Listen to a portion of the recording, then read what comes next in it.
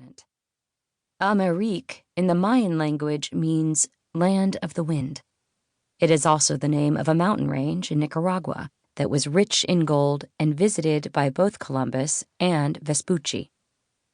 Amérique is an old word in the Norse language meaning farthest outland, which is what the Norsemen who arrived here at the beginning of the 11th century called this continent.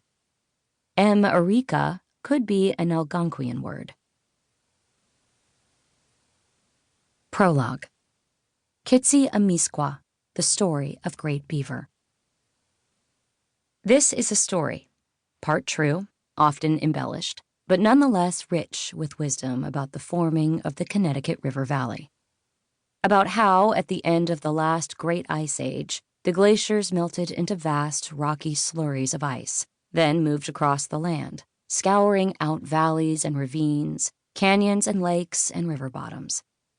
Of how the land became littered with that ancient mud that had turned to rock, the boulders and stones and slabs that would one day be used to construct the stone walls of New England. And about how, long before that, a vast lake formed when the glaciers melted. A lake teeming with billions of sea creatures that lived and died and drifted to the bottom, collecting over the eons until the lake bed was thick with fertile mud. And about how, after the great fight in the center of this story, the lake waters were released, revealing the rich alluvial riverbanks of the Connecticut Valley, one of the largest in the world. This is an old story, a sacred story. The Algonquian deep time story of Kitsi-Amisqua, Great Beaver, told and retold through centuries and across the continent, from the Atlantic seaboard to the Great Lakes. This is how it happened. Long ago, back in the time when men were as animals and the animals as men, one of the Awasak, the animal people, happened by. He had been swimming along that long, long river, the Quinneticook. Then he came to a place where the land opened out into a valley so wide and lush, it made him stop and look. And when he looked, he saw the fast-moving water and how plentiful the tree people were on either side. He could feel the pull of the water, even this far from the ocean, and the strength of the tides. And usually he would not try to dam up such a strong river, but this place had caught his eye. And so he began cutting down the tree people, laying their huge bodies across the river in a lattice pattern. Before long, the water began to swell on either side. He kept working until he had built a strong dam that stretched all the way across the river. When the river spread out, rising up the banks, he built his dam higher. Soon the entire valley was flooded. Great Beaver heard the cries of the humans who had begun to plead and run along the banks, but he ignored them. The women who tended the fields were the first to see the flood. They tried to get Kitsi-Amisqua's attention. "Kitsi-Amisqua, please stop.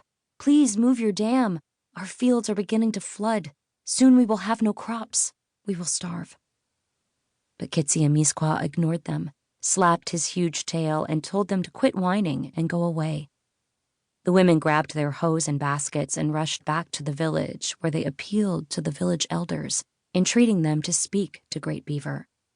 The village elders put down their pipes and walked out to find the beaver. They admired Kitsi-Amisqua's growing pond for some time. Such a handsome dam. Might he not remove a few tree people and let some water out, lower the lake enough for the women's fields to remain dry? They flattered him and attempted to negotiate, but Great Beaver only rose up on two legs and leaned back on his great tail to see them more clearly. Then he leapt up, dove into the water, and again slammed his tail. Who did they think they were, telling him he must move his dam? They could go someplace else to grow their crops of beans and corn and squash. In despair, the humans appealed to Abamakwa, the shaper. If he didn't stop Great Beaver from flooding the valley, they would surely perish. Abamakwa wasn't keen to interfere with the world once he had formed it, but he could see that if he didn't do something, the humans would starve. He went to Great Beaver and told him to take apart his dam and let some of the water out. But Great Beaver would not listen.